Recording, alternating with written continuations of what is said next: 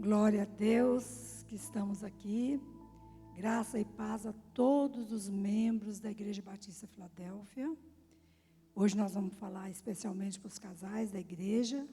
Vocês sabem que a igreja está em plena atividade, né?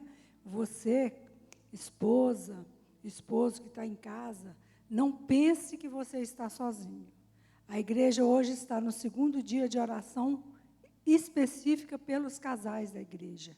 E se você tem passado por dificuldade no seu casamento, procure a igreja, nos procure, venha à igreja, entre em contato por telefone, mas você precisa estar em contato conosco, porque para nós sabermos o que você está passando, o que você está precisando. Nós não estamos aqui para falar de casamento, de um casamento que vamos viver 10 anos, 20 anos, 30 anos, 50 anos, mas nós precisamos viver um casamento de 50 anos com qualidade, um casamento de qualidade. Não é um casamento qualquer, porque nosso Deus, né, Ele cuida dos casais, Ele cuida, o casamento é um projeto primeiro de Deus. O primeiro projeto de Deus foi o casamento. Então, Deus não quer que nós vivamos de qualquer jeito e tenhamos uma vida longa de casado, mas uma vida com problemas, né? Nós precisamos ter uma vida de qualidade, porque nós temos os filhos, os netos, né? E nós precisamos disso, nós precisamos ter uma vida de qualidade, um casamento de qualidade. Esse é o objetivo. Então, como eu disse, hoje é o segundo dia de oração pelos casais. Você que está aí, esposa, e que precisa de um atendimento, entre em contato com a igreja. Eu tenho atendido algumas esposas em casa pelo WhatsApp, pelo telefone, né?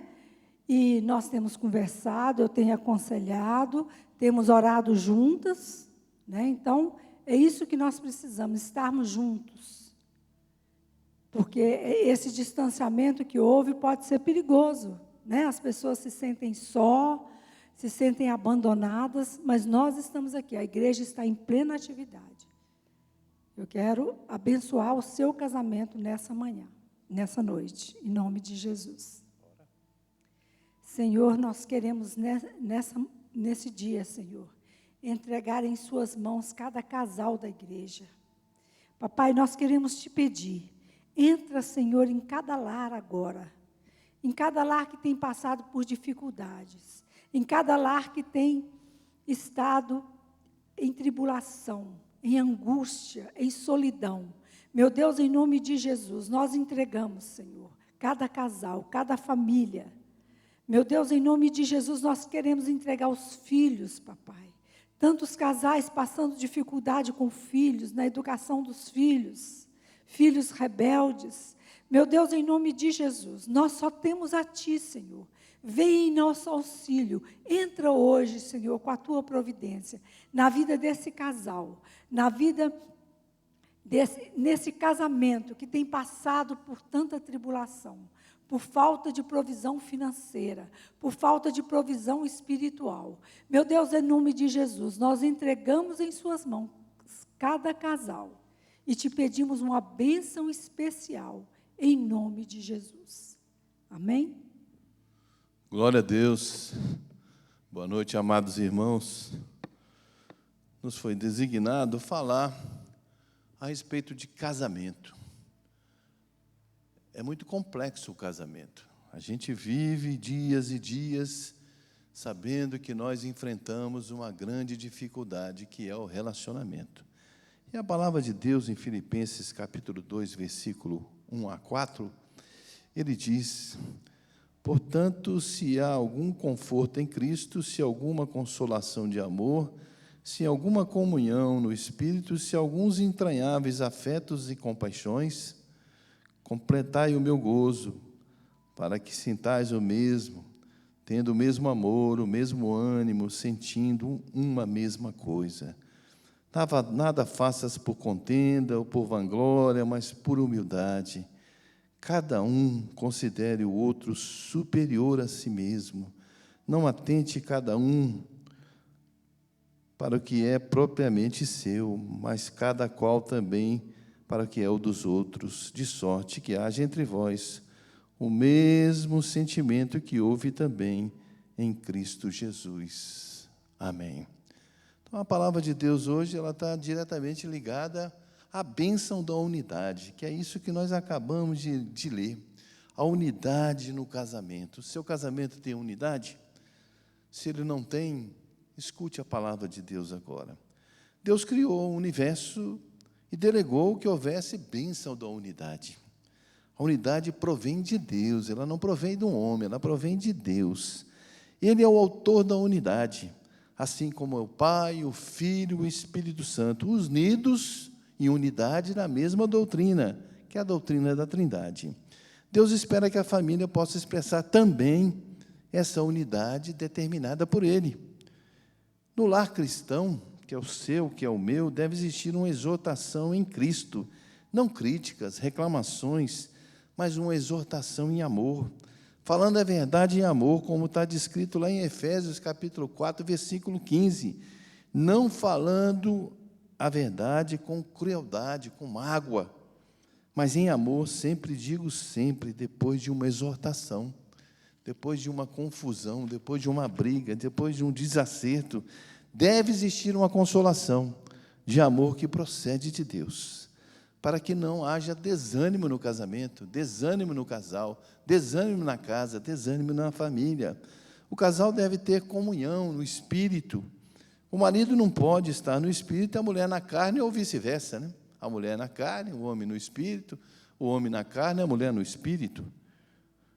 Um dos grandes problemas no relacionamento conjugal hoje vem sempre porque um casal, um está na carne e o outro está no espírito, dando margem a não receber as coisas que vêm da alma, nascendo aí o que nós chamamos de ressentimento,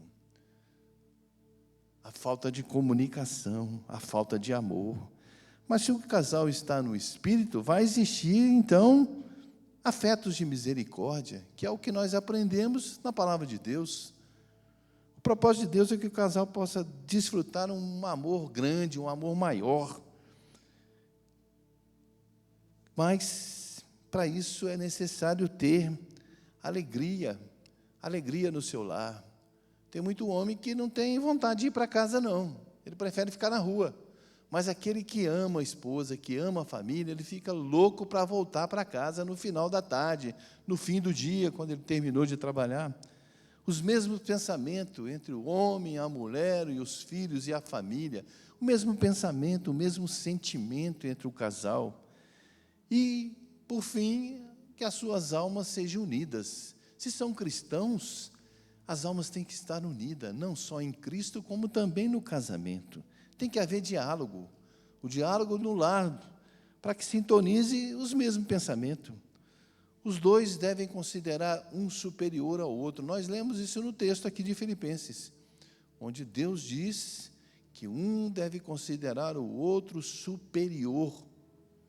O homem não é superior à mulher, nem a mulher é superior ao homem, mas sim, eu, homem, pensando que a minha mulher pode ser superior a mim e vice-versa, tendo vista que cada um propriamente é seu, principalmente, sabe aonde? Hoje em dia, nas finanças. As finanças é um grande problema no casamento. Quando duas pessoas escolhem andar juntas, em um relacionamento, elas nunca vão ter conflito? Meus irmãos, misericórdia, vai haver conflito, sim. Elas vão passar pelo conflito.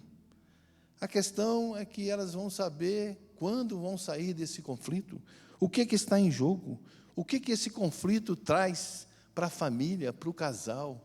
Essa é a grande dificuldade, porque o conflito vai haver. O objetivo de um relacionamento entre marido e mulher deveria ser evitar o conflito, tanto quanto possível.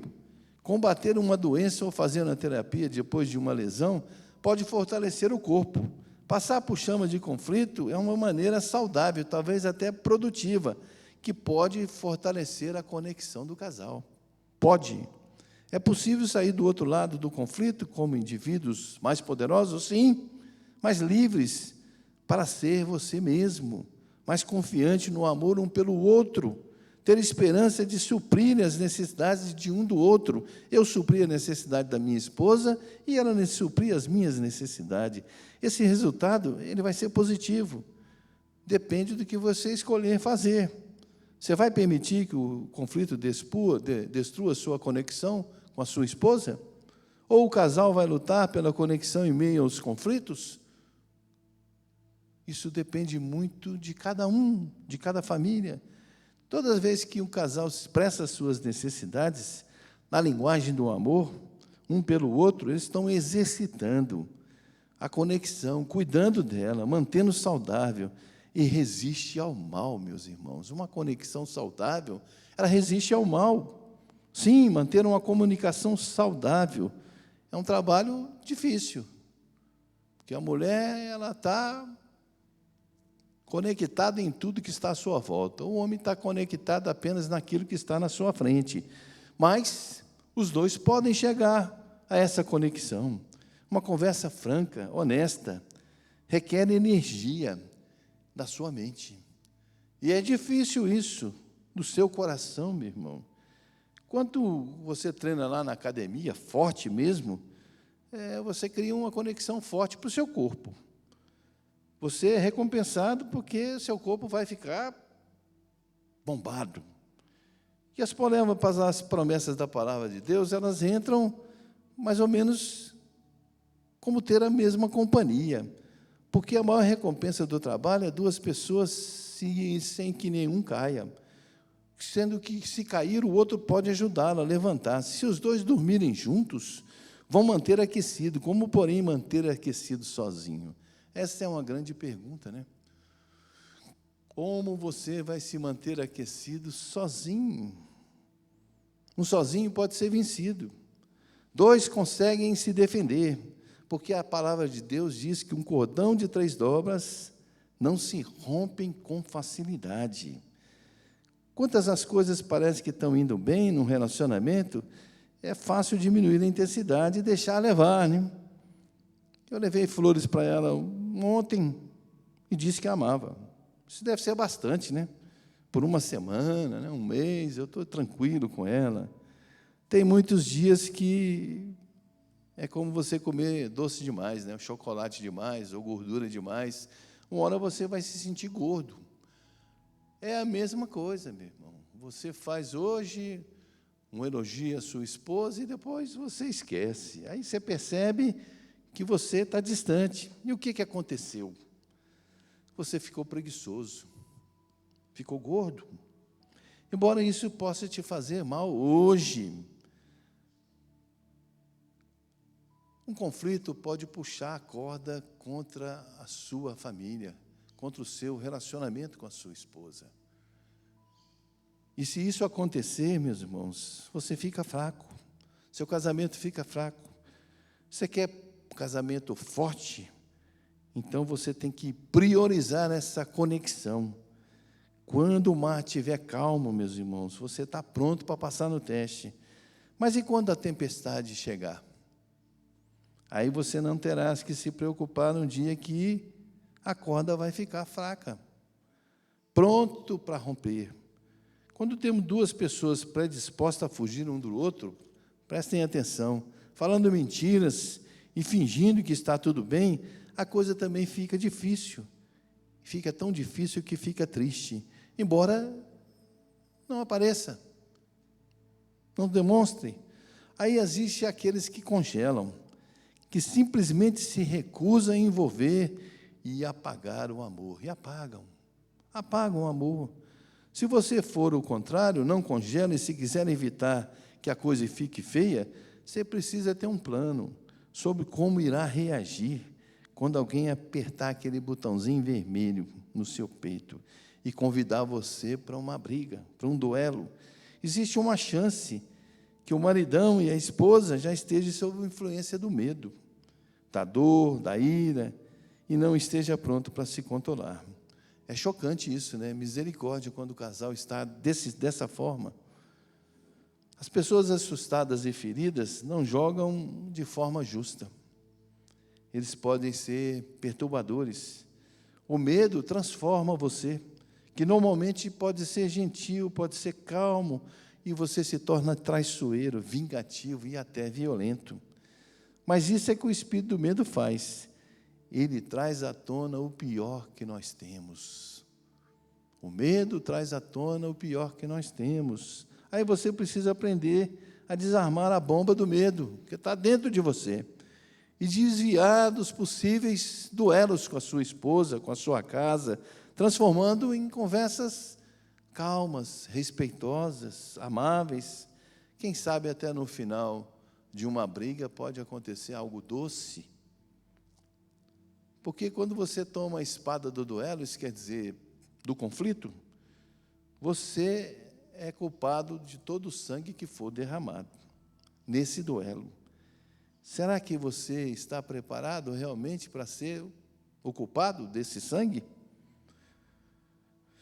O objetivo de um casal é ter conversas amáveis, respeitosas, descobrir o que o outro precisa. É como você pode suprir uma necessidade. Tentando fazer com que o cônjuge ferido e assustado lhe mostre o que necessita. Pode ser até difícil para você, mas, em geral, Jesus Cristo pode te ajudar. O primeiro problema que você vai precisar é confrontar a convicção do que a pessoa tem, do que ela se importa ou não com você e você com ela. Aí torna impossível criar uma solução para um problema. Se você não sabe qual é esse problema, você precisa descobrir qual é o problema. Se você não identificar o problema, se você não estiver disposto a admitir que precisa confiar nela e cuidar dessa necessidade, quando você mostrar para ela e tentar convencer as suas necessidades, você vai se tornar vulnerável e ela também, distante. Comunicar um com o outro é um exercício inútil quando chega nessa hora do conflito. No entanto, impelido pelos medos, muitas pessoas caem nesse pradão. É um exemplozinho que eu vou dar aqui para vocês. Uma esposa está fervilhando dentro de casa. O marido chega no final da tarde, abre a porta, coloca a chave na estante e entra. Pergunta: "Ai, querida, você está com a cara triste? O que houve?" Ela não fala nada. Ele insiste. Aí ele cai na armadilha. É exatamente isso que ela quer. Por quê? Porque ela está triste, ela não se sente importante, ela não é a primeira pessoa da vida dele. Aí ele pergunta de novo: "O que foi, querida? Qual é o problema?" Ela está parecendo um leão em cima do sofá. E ele insiste. E ela não responde nada. Ela continua calada. Aí ele pergunta: "Mas o que você quer dizer com isso, com nada? Você não me responde, você não diz nada. Você está zangada comigo?" O marido pergunta. "Você parece que está muito brava. O que está te incomodando? O que aconteceu hoje?" E aí ela resolve falar: "Não, eu não quero falar sobre isso." "Falar sobre o quê?" E ela calada de novo.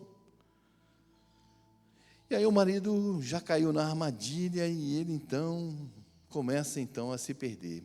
Nós vamos ficar falando disso hoje, o tempo inteiro? E ela vira para ele e pergunta: "Você acha que isso importa? Você nunca pergunta o que acontece comigo, você só pergunta como foi o seu dia." "Meu dia foi lavar roupa, cuidar de menino, fazer comida, tomar conta da casa. E tudo que você faz é ir jogar bola com seus amigos. E me larga aqui com os meus filhos e todas as coisas que têm que ser feitas dentro de casa. Você não se importa com nada. Você não importa nem consigo mesmo."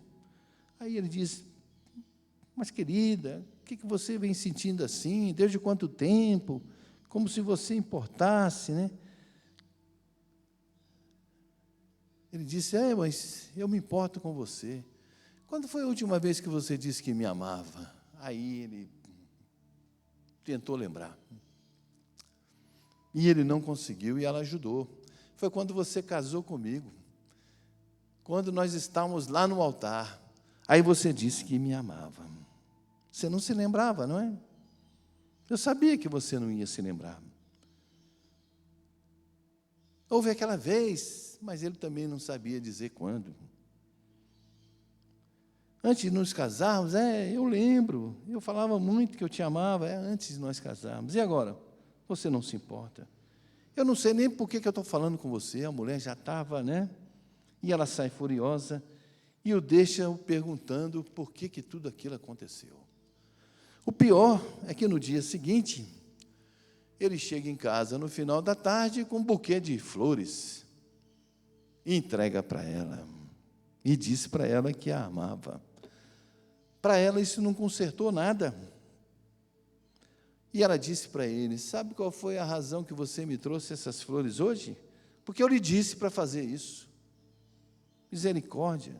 Aí ficou um quadro grave, bem grave. E não encontrou-se uma solução. Sabe por quê? Porque a comunicação estava em conflito. Não havia conexão. A esposa tinha medo, porque suas necessidades não estavam sendo supridas. Isso não está acontecendo porque ela tem medo de comunicá-las, não. Quando ela consegue que seu marido haja por coação, isso pode suprir sua necessidade, porque é real a necessidade dela, só de ser atendida por um ato liberal de amor. Apenas uma palavra, eu te amo. Isso já poderia resolver.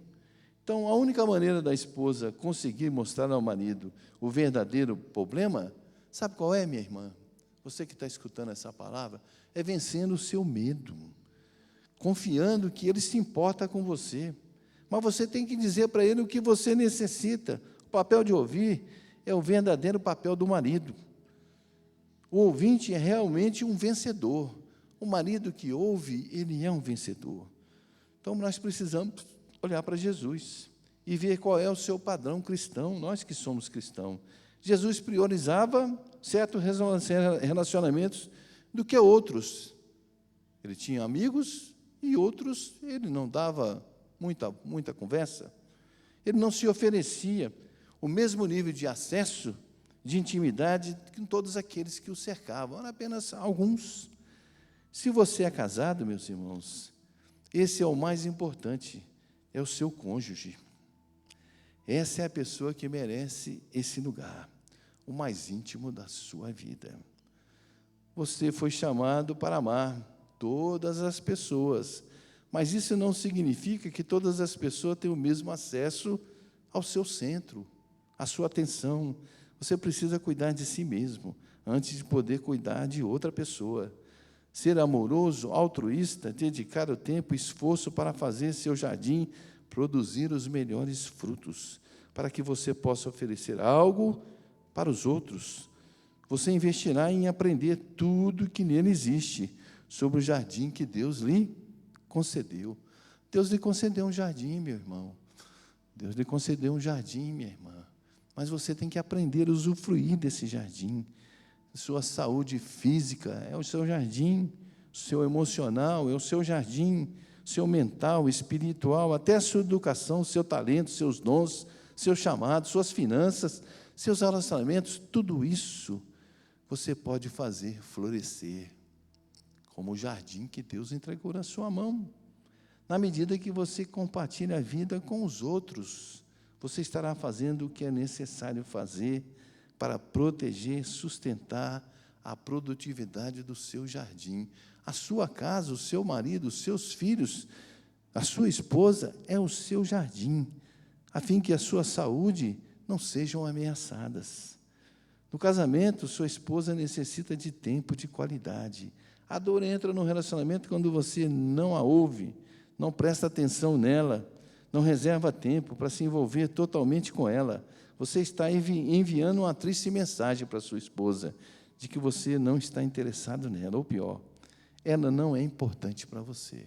Misericórdia, minha irmã, se você estiver fazendo isso na sua casa com seu marido. O mesmo marido fazendo com a sua esposa. Tempo de qualidade não é necessariamente quantidade de tempo. O nível de interesse e envolvimento genuíno que você dá determina a qualidade. A verdade é que todo relacionamento tem um destes objetivos: conexão ou desconexão. Ou você está conectado com a sua esposa ou está você desconectado. Importante é entender que sempre estamos enviando e recebendo mensagem no relacionamento. Estamos sempre nos movendo na direção um do outro, um para longe do outro ou para perto. Coloque Jesus no seu casamento e Deus o abençoe. Você, esposa, e você, marido. Em nome de Jesus Cristo. Fique essa palavra para o seu coração. Conecte com seu marido. Conecte com a sua esposa. E faça com que seu casamento, a sua casa, floresça. Como Jesus entregou o jardim do Éden nas suas mãos, para que você pudesse usufruir. Amém? Glória a Deus. Como o pastor falou, né? O casamento é um jardim. E a palavra de Deus, eu estava lendo a Bíblia e vi que o casamento é um jardim fechado, né? Tem um limite. É um jardim onde tem a proteção de Deus. E nós não podemos esquecer, irmãos, que em derredor desse jardim tem o nosso inimigo, que fica o tempo todo querendo intrometer, querendo entrar. E nós temos que estar atentos para isso, para vencer todas as ciladas de Satanás no nosso casamento. É interesse do inimigo que o casamento acabe. É interesse do inimigo que haja sempre conflito no casamento. Mas é interesse de Deus que o casamento se mantenha, não só por muito tempo, mas por muito tempo e com qualidade, como eu já disse, né? Um casamento com qualidade, com alegria. Amém? Que essa palavra entre no seu coração e que você possa cuidar do seu casamento. O esposo cuidando da esposa, a esposa cuidando do esposo, como um jardim fechado. Amém? Deus abençoe vocês. E não se esqueça, se você quiser entrar em contato pelo chat, coloque aí, né? Pode marcar aqui na igreja com os pastores para você ser atendido. Não fique sozinho. Não passe dificuldade no seu casamento sozinho. Amém? Deus abençoe. Nós, nesse dia, Senhor, queremos mais uma vez apresentar cada casal, principalmente aqueles que estão em conflitos, Senhor, conflitos conjugais, conflitos, meu Deus, de pensamentos, de ideias. Meu Deus, em nome de Jesus, nós entregamos em suas mãos, Senhor, cada casal, sabendo que Tu és o mais interessado, Senhor, de cuidar dos casais. Em nome de Jesus, ao Espírito Santo de Deus, venha nos dar sabedoria do alto para cuidar do nosso casamento, para que a nossa família seja uma família onde a paz do Senhor reine. É no nome de Jesus que nós te pedimos. Amém? Glória a Deus. Eu quero abençoar agora todos os casais da Igreja Batista Filadélfia. Quero pedir, Senhor, ao Senhor Jesus Cristo, que venha derramar agora em cada residência, em cada casa, papai, em cada família, a sua bênção da unidade, papai, para que nós possamos usufruir, papai, como Tu nos ensinaste, pela Trindade, papai, de Pai, Filho e Espírito Santo, para que nós possamos, Senhor, abraçar essa unidade, papai, e possamos ter, Senhor, dias melhores, Senhor, como família, papai, dias melhores como casais, como pais, papai. Nós queremos pedir a Ti, Senhor, que nos dê sabedoria, para que nós possamos ter um casamento abençoado, saber que o outro é superior, como diz assim a Tua palavra, papai, e não, Senhor, colocando, Senhor, a posição, Senhor, de machista, papai, ou colocando a posição de feminista. Nós somos, papai, um casal que foi criado, Senhor, por Ti, Senhor. O casamento foi derramado aos homens, Senhor, como a primeira bênção, papai, para que nós possamos ser, Senhor, unidos, papai, e vivermos felizes, criarmos uma família e termos, Senhor, a Sua bênção sobre as nossas vidas. Por isso eu peço agora, em nome do Seu Filho Jesus, que abençoe todos os casais da Igreja Batista Filadélfia, todos aqueles que estão bem no casamento e todos aqueles que precisam da Sua bênção. Nós nos colocamos à disposição dos casais da igreja que precisam de ajuda. Nós, Senhor, do Ministério de Casais, estamos aqui, Senhor, à Sua disposição, para que nós possamos derramar, Senhor, a Sua bênção na vida daqueles que precisam ser abençoados. E aqueles que têm a bênção no casamento, que eles possam, Senhor, ser tocados para abençoar aqueles que precisam, papai. Por isso nós pedimos a Ti, nessa noite, que nos abençoe, em nome de Jesus Cristo. Amém. Glória a Deus. Aleluia.